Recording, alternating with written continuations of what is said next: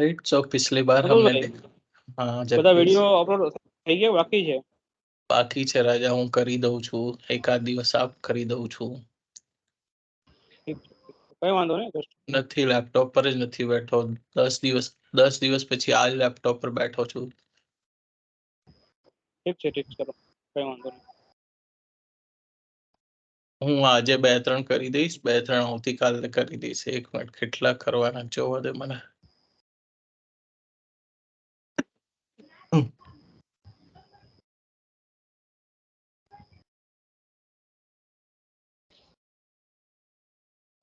12-15 video upload કરવાના છે.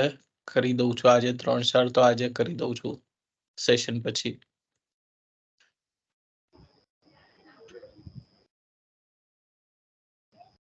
हमने देखा था कि स्टोरेज अकाउंट कैसे बनाना है, उसमें कंटेनर, ब्लॉब स्टोरेज का कंटेनर कैसे बनता है, ब्लॉब स्टोरेज कैसे क्रिएट करते हैं, उसे एक्सेस कैसे करते हैं, एक्सेस कीज के थ्रू एक्सेस कैसे करते हैं,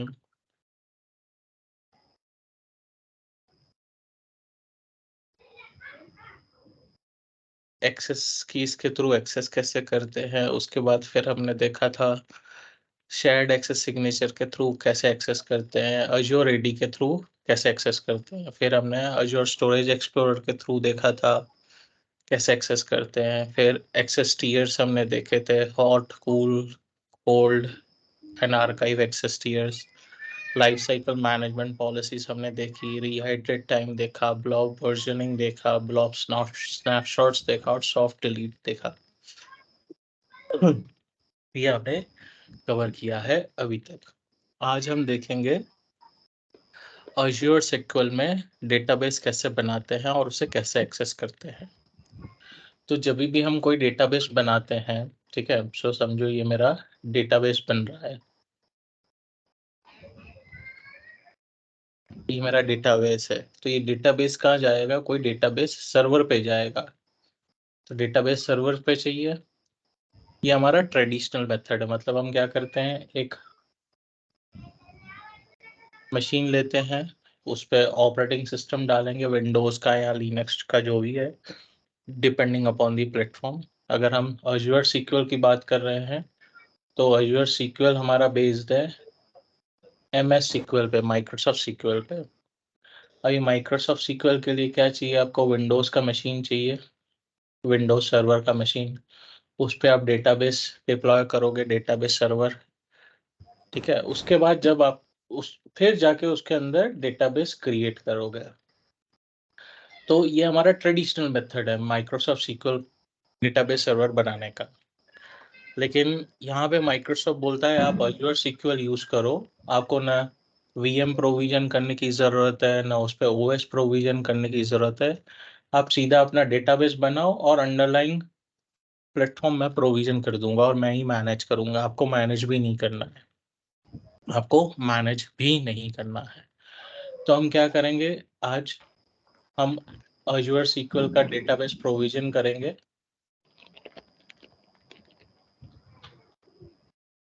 Azure SQL का डेटाबेस प्रोविजन करेंगे और देखेंगे उसे हम कैसे एक्सेस कर सकते हैं, कैसे हम उसे मैनेज कर सकते हैं.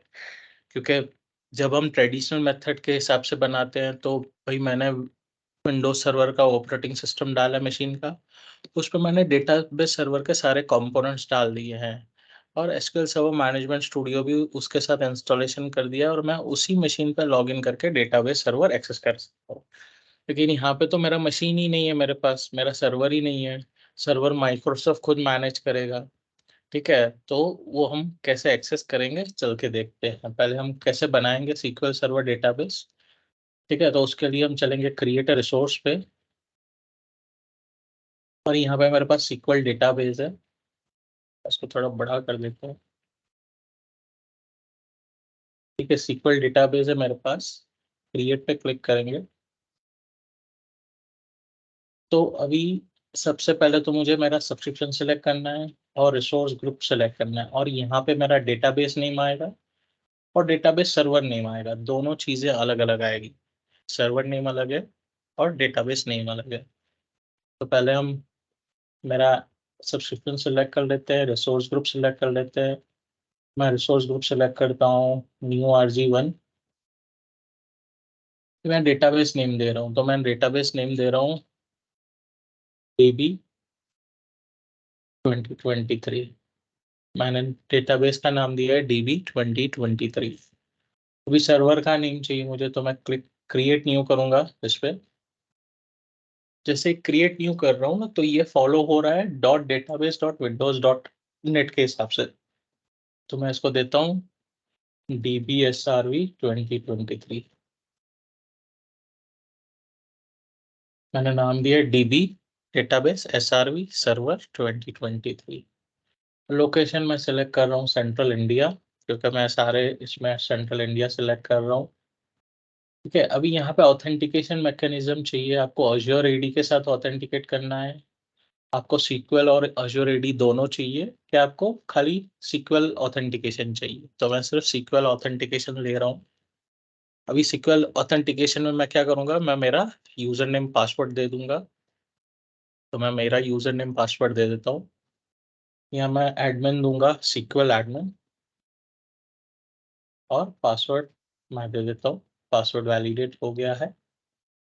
तो ये मैंने मेरा डेटाबेस सर्वर बना दिया और SQL ऑथेंटिकेशन रखा है। जब हम ऑफलाइन इंस्टॉलेशन भी करते हैं तो हमारे पास वो मिक्स्ड मोड देता है, या SQL सर्वर ऑथेंटिकेशन मोड देता है। मिक्स्ड मोड हम यानी हमारा विंडोज सर्वर के भी ऑथेंटिकेशन लेगा और SQL सर्वर के भी, या तो खाली SQL सर्वर।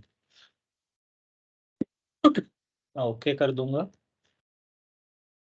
मेरा डेटाबेस सर्वर क्रिएट हो गया और यहाँ पे आ गया है। ठीक है, बोल रहा है want you to use SQL elastic pool. अभी ये हमारे कंसेप्ट, अभी ये काम का नहीं है, एडवांस टॉपिक है, इसलिए हम नो कर देते हैं इसको। वर्कलोड कैसा चाहिए आपका, डेवलपमेंट रहेगा या प्रोडक्शन? अभी जैसे ही मैं डेवलपमेंट में प्रोडक्शन में स्विच करूंगा, मेरा प्राइसिंग स्विच हो जाएगा। तो अभी फिलहाल हम प्रोडक्शन के बेसिस पे ही हम मान के चलते हैं, भाई ये मेरा प्रोडक्शन है, डेवलपमेंट नहीं है। ठीक है, मैं मान के चल रहा हूँ मेरा development workload, sorry production workload है। तो प्रोडक्शन वर्कलोड सिलेक्टेड है, तो यहाँ पे कंप्यूट प्लस स्टोरेज, यानी मुझे रिसोर्सेज भी दे रहा है और स्टोरेज भी दे रहा है, सब कुछ यही प्रोविजन करेगा। सिर्फ मैं साइज सेलेक्ट कर सकता हूँ। तो मुझे यहाँ पे 2 वर्चुअल CPU और 32 GB स्टोरेज दे रहा है, मेमोरी नहीं दे रहा है, मेमोरी ये खुद मैनेज करेगा। अगर मैं कॉन्फ़िगर डेटाबेस पे जा रहा हूँ, तो यहाँ पे टीयर है मेरे पास, सर्विस टीयर। तो भाई कौन सी सर्विस टीयर है, मेरे को कोर बेस चाहिए या डेटाबेस ट्रांजेक्शनल यूनिट्स के बेसिस पे चाहिए? अगर आपके पास बहुत सारे कम ट्रांजेक्शन है दिन के, तो आप इसके बेसिस पे जा सकते हो, ये सस्ता पड़ेगा, but this is not the recommended model. Core base ही चाहिए। अभी जनरल पर्पस है, यानी नॉर्मल पर्पस के लिए आप ले रहे हो, बिजनेस क्रिटिकल है, अगर आपका बहुत इंपॉर्टेंट है, जैसे फ्लिपकार्ट का वेबसाइट चल रहा है और बैकएंड में यही डेटाबेस यूज होने वाला है, तो प्रिसाइसली मैं बिजनेस क्रिटिकल या हाइपर स्केल में ही जाऊंगा, मैं जनरल पर्पस में नहीं जाऊंगा, क्योंकि दोनों का SLA वेरी हो जाएगा मेरा। तो यहाँ पे मुझे बता रहा है कितने कोर चाहिए आपको और कितना साइज चाहिए डेटाबेस का, स्टोरेज। ठीक है, जैसे जैसे मैं कोर बढ़ाऊंगा, ठीक है 6 कोर कर दिए तो मेरा प्राइसिंग बढ़ेगा। 6 कोर कर दिए मैंने, मैं समझो स्टोरेज बढ़ा देता हूँ, फिर मुझे 250 GB चाहिए, तो मेरा 61,000 पर मंथ का कॉस्ट आ रहा है। 61,000 का पर मंथ कॉस्ट आ रहा है। यानी हमको देखना है हमको कितना, जनरली 32 GB भी बहुत हो जाता है स्टोरेज, बाइनरी में ही स्टोर होगा इंफॉर्मेशन, जीरोज एंड वन में। ठीक है, और डेटाबेस का ट्रांजैक्शन आपका बहुत ज़्यादा हैवी है, दिन के बहुत सारे ट्रांजैक्शन है, तो जाहिर सी बात है आपको स्टोरेज बढ़ाना पड़ेगा। हार्डवेयर कॉन्फ़िगरेशन वो ले रहा है Gen 5, अप टू 128 कोर्स में जा सकता हूँ, मैक्सिमम 128 कोर्स तक। फिलहाल मैं 2 ही रहने देता हूँ, और up to 625 GB of memory में जा सकता हूँ।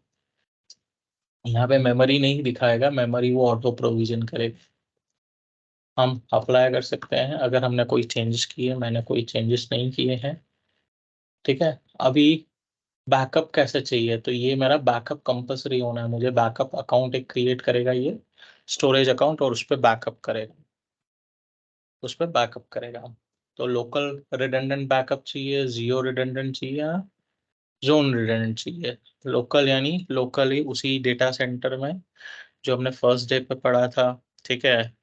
जोन्स होते हैं हमारे पास, और हर एक जोन में मल्टीपल डेटा सेंटर्स होते हैं, तो एक सेम डेटा सेंटर में चाहिए, सेम रीजन में चाहिए, लेकिन डिफरेंट जोन में या डिफरेंट रीजन में चाहिए, तो by default different geographical region ले रहा है। नेक्स्ट करेंगे, तो कनेक्टिविटी मेथड नो एक्सेस चाहिए, तो नो एक्सेस दे दूंगा, तो मैं एक्सेस कैसे करूंगा? तो मुझे पब्लिक एंड पॉइंट एक्सेस चाहिए, ठीक है। मुझे एक्सेस तो करना पड़ेगा ना, नहीं तो मैं डेटाबेस कॉन्फ़िगर कैसे करूंगा? तो बोल रहा है allow Azure services and resources to access this server, yes, यानी अज्योर की मेरी सारी सर्विसेज से एक्सेस कर सकती है। एंड करंट आईपी एड्रेस, तो मेरा जो करंट मशीन का आईपी एड्रेस है वो भी मुझे ऐड करवाना है, तो मैं नो बोल रहा हूँ, क्योंकि मैं इस मशीन से एक्सेस नहीं करने वाला हूँ, मेरे पास विंडोज 10 का मशीन बना हुआ है, मैं उससे जाके एक्सेस करूंगा। कनेक्शन पॉलिसी में डिफॉल्ट रहने देता हूँ, एनक्रिप्शन टीएलएस वर्जन 1.2 रहने देता हूँ मैं। सिक्योरिटी पे आते हैं, तो ये भी हम छोड़ देंगे। ये बोल रहा है enable Microsoft defender start free trial, तो मैं बोलूंगा भाई मुझे नहीं चाहिए। फ्री ट्रायल के बाद ये 1200 रुपये पर सर्वर पर मंथ के हिसाब से बिल करेगा मुझे। मैं नेक्स्ट जाऊंगा, tax and review and create, review हो गया है और मैं क्रिएट कर दूंगा।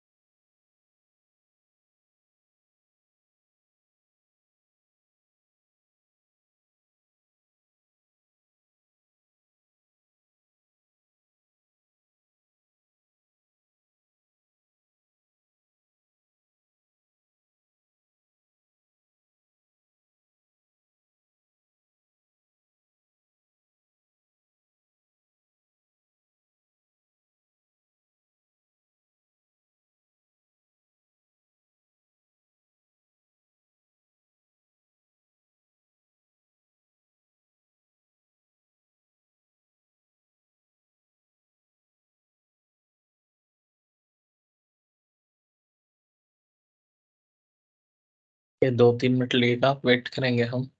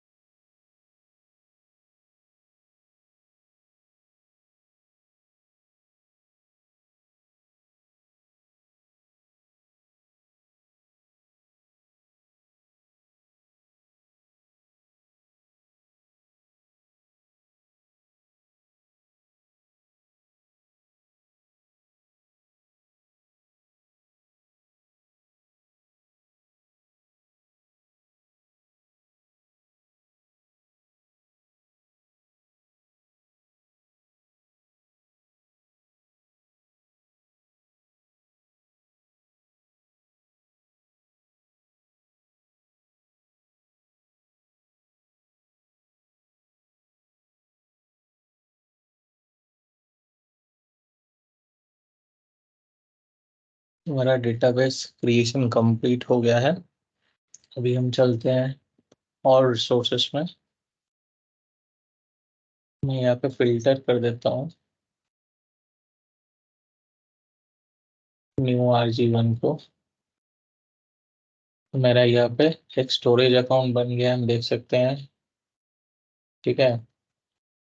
एक सिक्वल सर्वर है और सिक्वल डेटाबेस। अभी स्टोरेज अकाउंट क्यों बना है? क्योंकि इसके बैकएंड में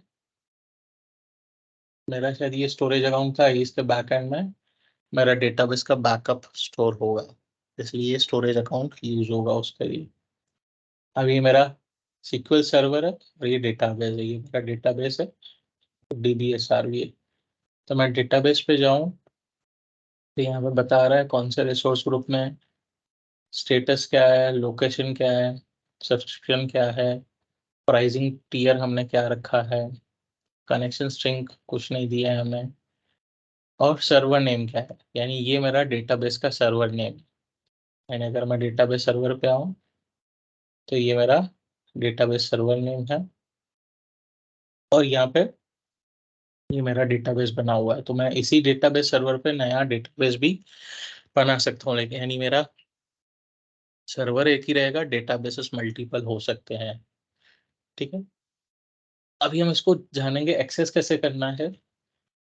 तो सबसे पहले मुझे सर्वर नेम चाहिए और यूजर नेम एंड पासवर्ड चाहिए। ठीक है, मेरा सर्वर नेम है dbsrv2023.database.windows.net। ये मेरा पूरा यूनिक नेम रहेगा ऑल ओवर अज्योर पे। ऑल ओवर अज्योर पे ये मेरा यूनिक नेम रहेगा। तो मैं क्या करता हूँ, हमारी वर्चुअल मशीन पे लॉग इन करते हैं।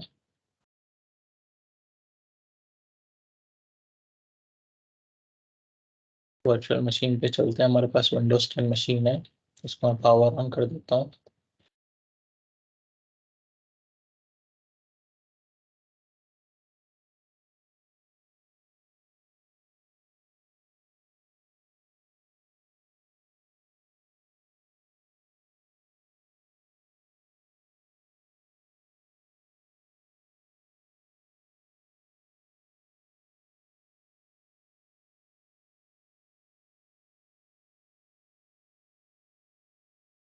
पावर ऑन हो गई है मेरी मशीन। क्या हम लॉग इन कर लेंगे। मेरे लॉग इन क्रेडेंशियल्स अटैच्ड पड़े हैं, मैं सिर्फ कनेक्ट पे क्लिक करता हूँ।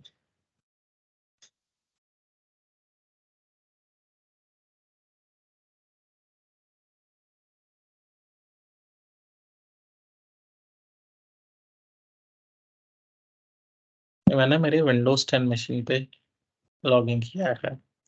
हम ऐसा मान रहे हैं कि इस मशीन पे यूजर बैठा है और यूजर को वो डेटाबेस एक्सेस करना है। यूजर को डेटाबेस एक्सेस करना है और कुछ क्वेरीज फायर करनी है। तो यूजर को पहले हमको देना पड़ेगा SQL server management Studio. SQL server management Studio, तो हम चल के डाउनलोड करेंगे एसक्यूएल सर्वर मैनेजमेंट स्टूडियो।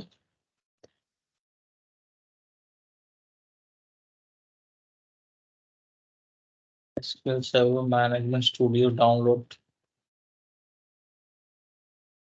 पहला ही लिंक आ रहा है मेरे पास, SQL Server download SQL server management Studio. और यहाँ पे मैं स्क्रॉल करूँ तो मेरे पास download SQL server management Studio 19 version 1 version है। इसको हम क्लिक करेंगे, फिर डाउनलोड स्टार्ट हो चुका है। 629 MB का है।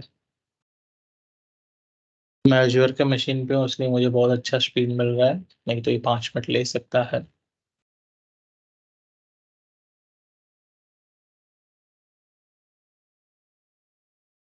ये मेरा सेटअप मैं रन करूंगा अभी, तो इंस्टॉलेशन स्टार्ट करेगा।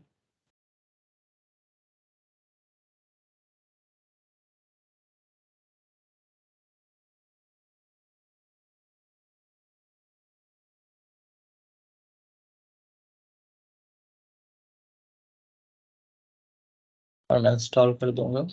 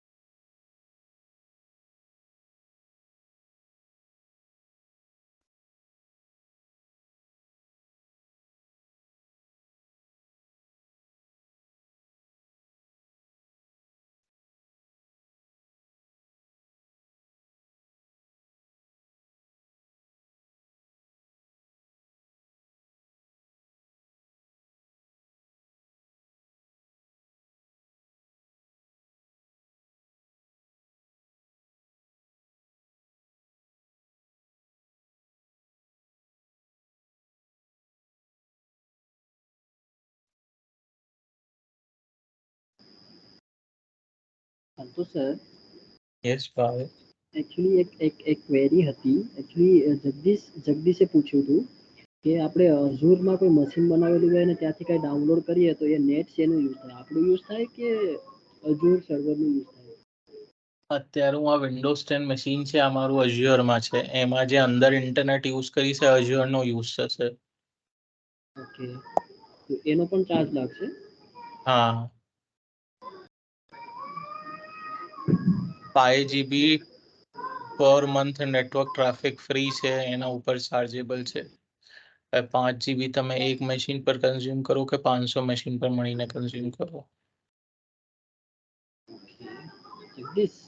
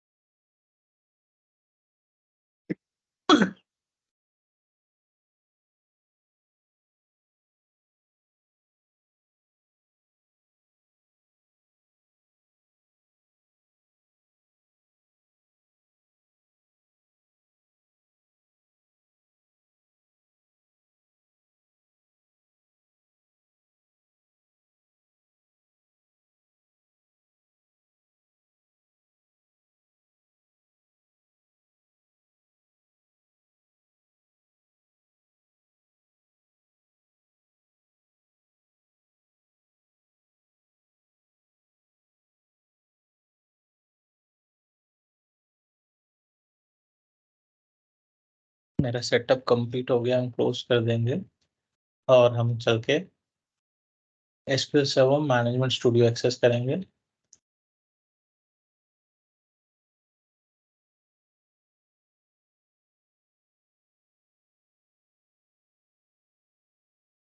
तो सबसे पहले पूछेगा मेरे सर्वर का नेम, डेटाबेस सर्वर का नेम.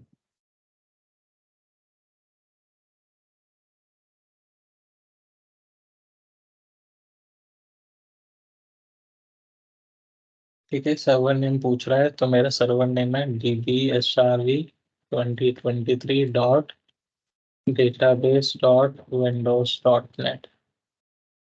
ये मेरा सर्वर नेम है. ऑथेंटिकेशन मोड मेरा एसक्यूएल सर्वर ऑथेंटिकेशन है, तो यहाँ पे मुझे मेरा यूजर नेम एंड पासवर्ड डालना है. मेरा यूजर नेम था एसक्यूएल एडमिन और पासवर्ड जो मैंने दिया था रिमेम्बर कर सकते हैं हम, और कनेक्ट करेंगे हम. यहाँ पे मेरा कनेक्ट हो गया है, एसक्यूएल सर्वर मेरा कनेक्ट हो गया. अभी डेटाबेसेस में जाए तो मेरे पास DB2023 नाम का डेटाबेस है. इसके टेबल्स में जाए तो मेरे पास कोई टेबल्स नहीं होंगी, सिस्टम टेबल्स या सिस्टम टेबल्स होगी, मेरी कोई टेबल्स नहीं होगी. तभी यहाँ पे मैं न्यू क्वेरी कर रहा हूँ, न्यू क्वेरी, और मैं यहाँ पे एक छोटा सा सीक्वल का क्वेरी लिख रहा हूँ. मैं लिख रहा हूँ क्रिएट टेबल, इसको फॉन्ट्स को बड़ा कर देता हूँ. ठीक है, क्रिएट टेबल, टेबल का नाम चाहिए मुझे प्रोडक्ट्स.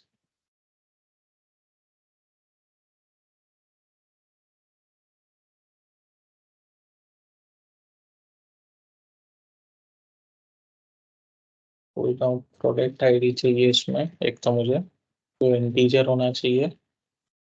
तो प्रोडक्ट नेम चाहिए टेबल में, जो वेरिएबल कैरेक्टर होना चाहिए 1000 कैरेक्टर्स बाइट्स का, और क्वांटिटी होनी चाहिए वो भी इंटीजर फॉर्मेट में होनी चाहिए. अब ये तो मेरा टेबल बनेगा. इसके अलावा मैं चाहता हूँ टेबल में कुछ डेटा इंसर्ट हो, तो इंसर्ट इनटू, टेबल का नाम प्रोडक्ट्स, तो प्रोडक्ट आईडी ऐड करनी है मुझे, प्रोडक्ट नेम ऐड करना है, और क्वांटिटी तो क्या ऐड करना है, इसकी वैल्यूज रहेगी मेरी, जैसे प्रोडक्ट आईडी है 1, प्रोडक्ट नेम चाहिए वही मुझे मोबाइल या मोबाइल्स, और क्वांटिटी चाहिए 100 फॉर एग्जाम्पल.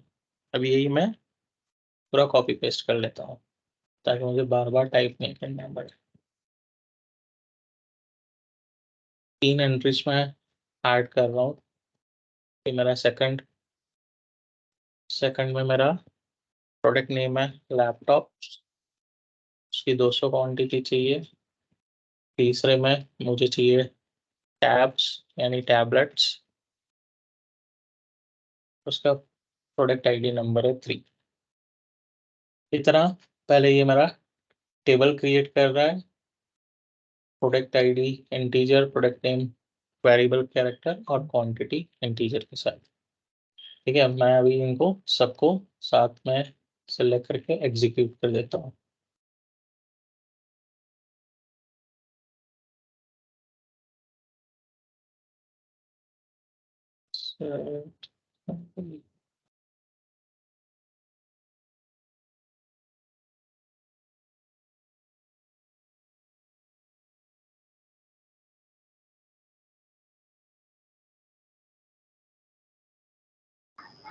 इसमें सेमी कॉलन नहीं आएगा, ऐसा कुछ तो नहीं है ना? वो इंसर्ट इनटू क्वेरी के बाद परमिशन डिनाइड का टेबल तो मेरा बन गया, मैं रिफ्रेश कर लेता हूँ।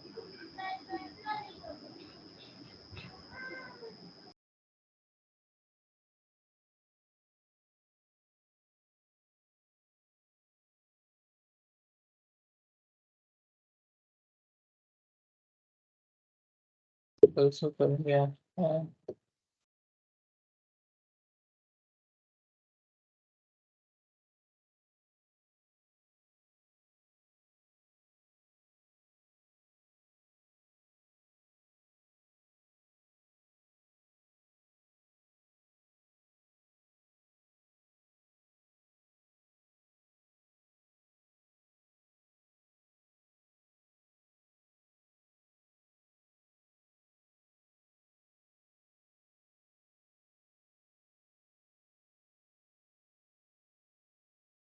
टेक्स्ट पढ़ाने वाला भी सही है।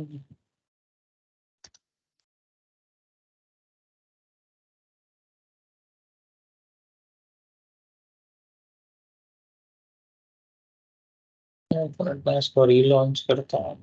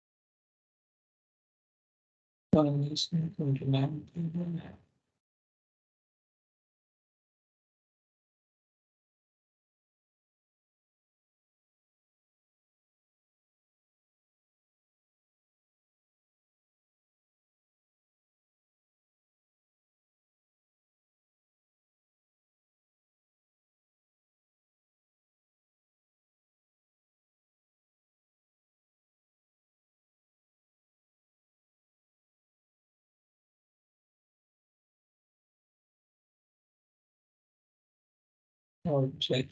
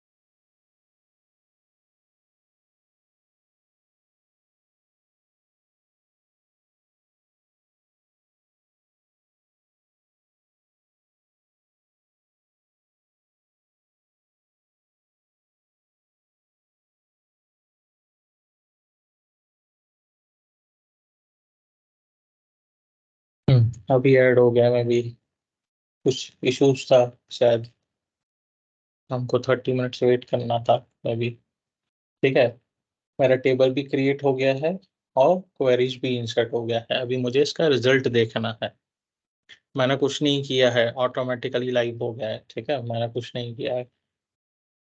और मुझे अभी जो अंदर डेटा है वो फेच करके देखना है। तो मैं टाइप करूंगा सिलेक्ट स्टार फ्रॉम फ्रॉम मेरे टेबल का नाम प्रोडक्ट्स, और मैं एग्जीक्यूट करता हूँ तो ये मेरा रिजल्ट दिखा रहा है। Product ID, product name, quantity.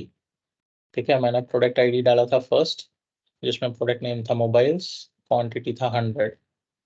ठीक है, इस तरह मैं मेरा एसक्यूएल सर्वर खड़ा कर सकता हूँ अज्योर में, Azure SQL server, without deploying any VM, without deploying any underlying infrastructure. और इस डेटाबेस सर्वर को मैं वेब ऐप के साथ भी कनेक्ट कर सकता हूँ। अभी जब हम वेब ऐप के साथ कनेक्ट करेंगे तो हम कनेक्शन स्ट्रिंग भी बना सकते हैं, या हमारे पास जो क्रेडेंशियल्स है, ठीक है, ये सर्वर नेम है और यूजर नेम एंड पासवर्ड है, उसके थ्रू कनेक्ट कर सकते हैं, या कनेक्शन स्ट्रिंग भी डिफाइन कर सकते हैं। यहाँ पे मैं जाके कनेक्शन स्ट्रिंग डिफाइन कर सकता हूँ। ठीक है, ये मेरा एडीओ डॉट नेट का है, जेडीबीसी चाहिए, ओडीबीसी चाहिए, पीएचपी के लिए चाहिए, ये मेरा पीएचपी का कनेक्शन स्ट्रिंग बन जाएगा। तो मैं यहाँ से सीधा कनेक्शन स्ट्रिंग कॉपी कर लिया, और यहाँ पे अगर हम देखें तो हमारा डेटाबेस सर्वर का नाम भी आ रहा है। ठीक है, तो connection string try and catch command use कर रहा है हमारे सर्वर के साथ, यानी हमको कोड में ही कनेक्शन स्ट्रिंग हमारा मिल जाएगा, हमको सिर्फ जाकर कॉपी पेस्ट करना है। क्लियर है यहाँ तक?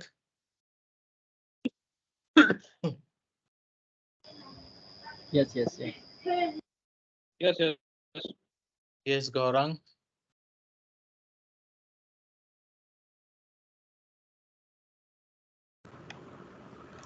Sir hello sir, hello sir,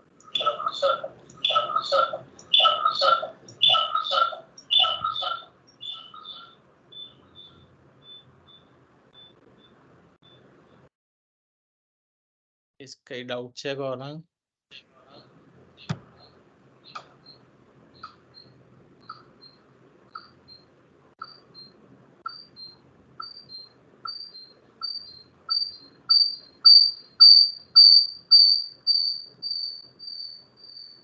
બે ડિવાઇસ હોય તો એક ડિવાઇસ પર સ્પીકર બંધ કરી દેવું પડશે. હેલો, હવે આવે છે અવાજ? હા, આપણે જે PHP અને તમે ODBC એની લિંક બતાવી તો એને કઈ રીતે કનેક્ટ કરે છે? પણ એ તો ડેવલપર કરશે ને, તને થોડી કોડ લખવાનું છે. આપણે થોડી એપ્લિકેશન સાઇટ ભણી રહ્યા છે. ઓકે, તો કનેક્શન સ્ટ્રિંગ જોઈતી હોય તો કનેક્શન સ્ટ્રિંગ અહીંયા ઓકે. રેડીમેડ મળી આપણે જશે. એક્સક્યુએલ સર્વર ક્રિએટ કર્યું એને એના માટેની લિંક છે ને? હા, એપ્લિકેશન માંથી કોલ કરાવો એસક્યુએલ સર્વર ને, તો એના માટેની કનેક્શન સ્ટ્રિંગ છે. ઓકે, आज हम इतना ही रखेंगे, will catch up again tomorrow. कल हम प्रोबेबली मॉनिटरिंग देखेंगे या कंटेनर्स देखेंगे। ठीक है, अभी टोटल 4 ही टॉपिक बाकी है। कंटेनर्स है, उसके बाद एक लोड बैलेंसर है, अज्योर फायरवॉल है, मॉनिटरिंग है 4, और एक टॉपिक है अज्योर सिक्योरिटी, ARM टेम्पलेट्स का। ये 5 टॉपिक पेंडिंग है, तो हमारा अज्योर खत्म हो जाएगा।